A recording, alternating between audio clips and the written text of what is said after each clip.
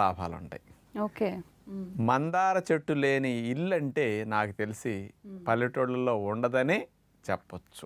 ఆ మందార ఆకులు, ఆ మందార పువ్వులు అందరి జుట్టు పాలిటే ఒక వరం అని చెప్పొచ్చు. చాలామంది మందార పువ్వులు, మందార ఆకులు ఏదో రసాలు తీసి పెడుతుంటే ఏదో పిచ్చి జనాలు ఏది పెడితే అది పూస్తే వస్తాయి అనుకునేవాడిని నేను కూడా. కానీ ఏంటి ఇంతంతమంది మందార మందార మందార ఎవరి నోటిన్నా మందార అంటున్నారని దాన్ని అసలు సైంటిఫిక్ స్టడీస్ ఏమైనా ఉన్నాయా, ఎవరైనా చేశారా అని వెరిఫై చేసాం. ఓకే. 40 పరిశోధన పత్రాల యొక్క సారాంశాన్ని అమెరికా దేశం వారు 2015 సంవత్సరంలో రట్గర్స్ యూనివర్సిటీ USA వారు వాళ్ళు ఇచ్చినవి.